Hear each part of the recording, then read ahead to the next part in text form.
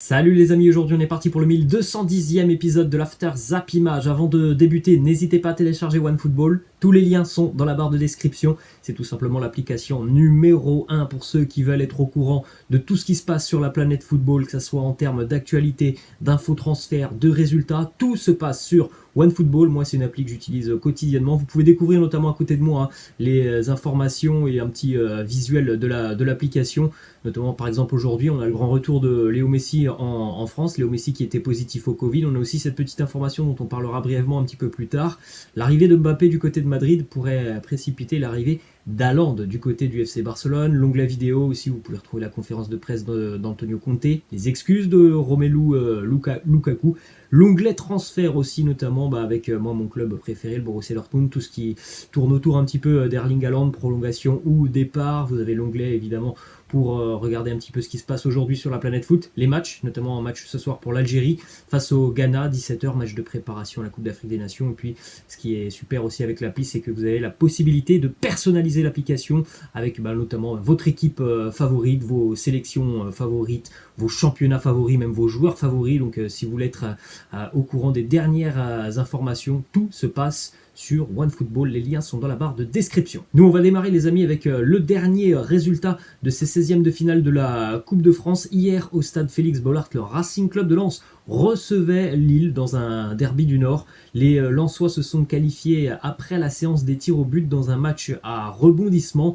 où le Racing a été mené 2-0 par son voisin lillois avant que Seko Fofana n'inverse la tendance. Seko Fofana qui est vraisemblablement l'un des meilleurs Lensois depuis qu'il est arrivé déjà il y a un an et demi maintenant. Seko Fofana qui a inscrit un doublé hier en seconde mi-temps avec notamment le but égalisateur à la 95e minute, et Seko Fofana qui va même inscrire le dernier penalty lensois qui va offrir la qualification au Racing dans un match où le Racing a quand même largement dominé les débats face à une équipe lilloise assez amoindrie. Donc regardez les buteurs, un doublé pour Seko Fofana du côté lillois, c'est Onana qui a inscrit un doublé en première mi-temps. Une petite image, regardez, c'est assez particulière lors de cette rencontre, puisque c'était aussi la première rencontre avec une jauge de spectateurs. Donc on est de retour aux jauges des 5000 spectateurs pour le moment. Peut-être qu'il y aura des modifications par rapport à la capacité de certains stades. En tout cas, hier,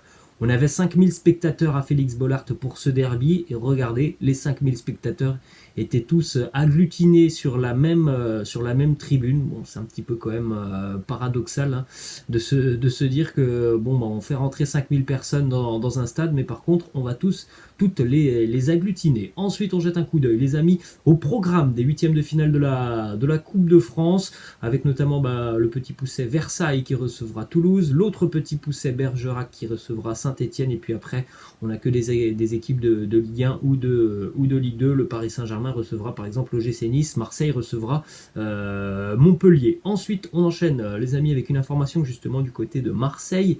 Un accord est quasiment trouvé entre l'OM et l'OGC Nice pour un prêt de Jordan Amavi jusqu'à la fin de la saison. Il y aura vraisemblablement une option d'achat dans ce prêt de Jordan Amavi qui a eu beaucoup de difficultés à répondre aux attentes et aux exigences de Jorge Sampaoli. Visiblement, l'avenir de Jordan Amavi est complètement bouché du côté de Marseille, donc ça peut être un bon tremplin pour lui, qui, on rappelle, a quand même déjà évolué du côté de l'OGC Nice. Autre information côté phocéen, la Gazzetta dello Sport, quotidien italien, confirme que la Roma veut proposer un deal à l'Olympique de Marseille. Le club italien est prêt à renoncer à une partie du versement prévu par l'Olympique de Marseille pour les options d'achat de Paul Lopez et de Cengiz Under afin de boucler l'opération Boubacar Kamara. Donc du côté de la Roma, on serait prêt, on va simplifier, on serait prêt à oublier les 20 millions d'euros pour Paul Lopez et Cengiz Under, tout simplement pour avoir une option sur Boubacar Kamara qui s'engagerait du côté de la Roma. C'est ce que le souhaite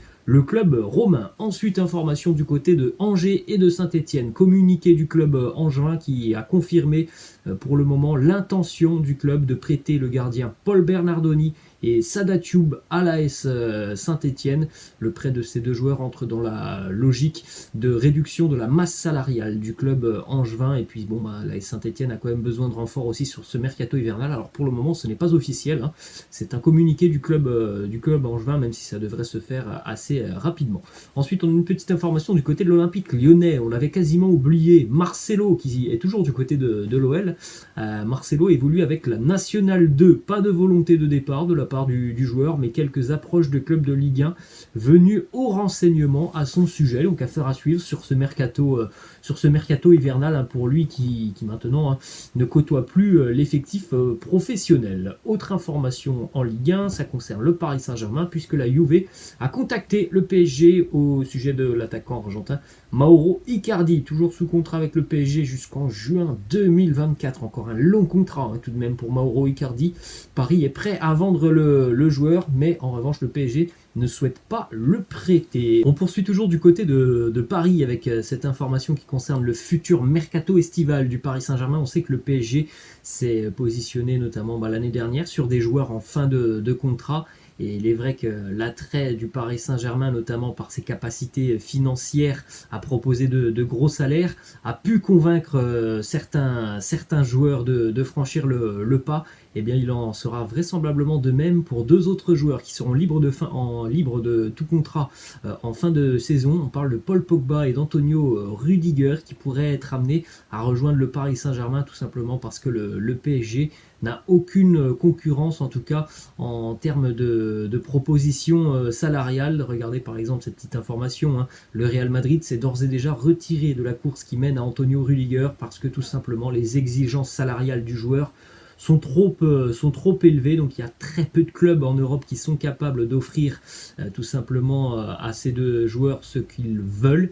Et bien le Paris Saint-Germain en fait partie, et on sait, hein, que Paul Pogba a longtemps été l'une des cibles du Paris Saint-Germain, et il en sera vraisemblablement de même pour Antonio Rudiger. Ensuite, justement, petite stat sur Antonio Rudiger, qui a le meilleur ratio de duels aériens remportés en Première Ligue après plus de 50 matchs joués dans le championnat anglais, avec un ratio de quasiment 74% de duels aériens remportés par le défenseur allemand. Ensuite, une autre information côté Paris Saint-Germain, alors qu'il était dans les buts lundi du côté de Vannes, le lendemain, donc hier, Gianluigi Donnarumma, le portier du Paris Saint-Germain, a été touché par le Covid. Ensuite, on enchaîne du côté de l'Espagne, les amis. Ce soir, 21h30, le Real Madrid se déplace du côté d'Alcoyano, une équipe qui avait éliminé le Real Madrid de la Coupe du Roi la saison passée. Donc attention au traquenard pour les merengues ce soir. D'ailleurs, le match est à suivre en clair, hein, sur la chaîne L'équipe à partir de 21h30.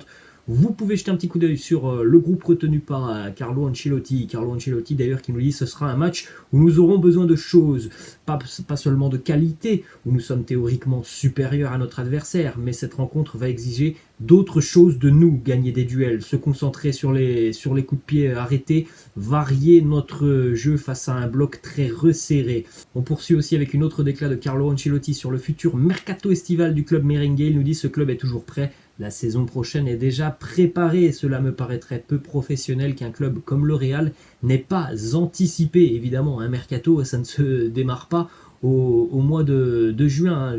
Vous doutez bien qu'il y a des personnes qui travaillent dans les clubs pour préparer un mercato des mois et des mois à l'avance. Ensuite, petite information aussi sur l'avenir de certains joueurs du Real. Marcelo Isco et Gareth Bale feront leurs adieux au Real Madrid à la fin de la saison. Quant à Luka Modric, toujours le même discours. Luka Modric souhaite terminer sa carrière avec les merengues. En ce qui concerne Erling Haaland, une petite information importante dans le dossier Erling Haaland, qui aurait visiblement donc choisi l'Espagne. Ça, on en a parlé hier. En Espagne, on sait, hein, qu'il y a deux clubs qui peuvent l'accueillir, le Real ou le FC Barcelone. Une petite information importante et intéressante. Mino Raiola, son agent, aurait conclu un pacte avec Joan Laporta, le président de Barcelone. Ce pacte date de la récompense du Golden Boy il y a quelques semaines maintenant, qui a été décerné à Pedri, où les deux hommes s'étaient rencontrés. Et évidemment, il avait été question de l'avenir de Erling Haaland. Donc Mino Raiola a toujours eu de bonnes relations avec Joan Laporta depuis une dizaine d'années maintenant. Donc Il y a vraisemblablement un accord oral entre les deux parties maintenant. Ce qu'il reste au Barça pour arracher Haaland, c'est tout simplement le plus compliqué, c'est-à-dire réunir les fonds. C'est un transfert qui coûterait certainement un petit peu plus que 100 millions d'euros pour attirer Erling Haaland.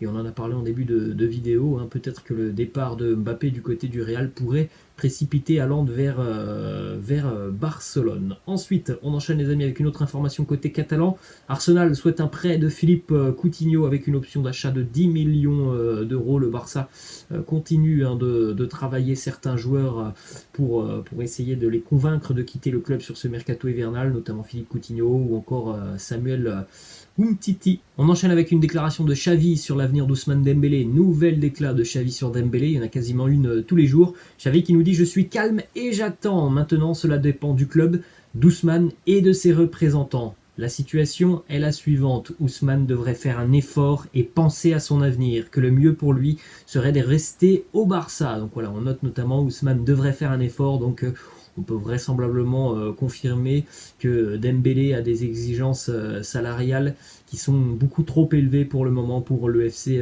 Barcelone. C'est pour ça que du côté de Barcelone, on demande à Dembélé de revoir ses exigences à la baisse. Ensuite, une information du côté de l'Atlético Madrid, une prolongation de contrat pour l'attaquant argentin Andrés Correa qui continue donc avec les Colchoneros, prolongation jusqu'en 2026. Il faut savoir que dans l'effectif actuel, Andrés Correa est le troisième joueur à avoir le plus porté le maillot des Rojiblancos après notamment Koke et le portier Jan Oblak. Ensuite, du côté de la Juve, il était suivi par le Barça. Le transfert était quasiment acté à 95%.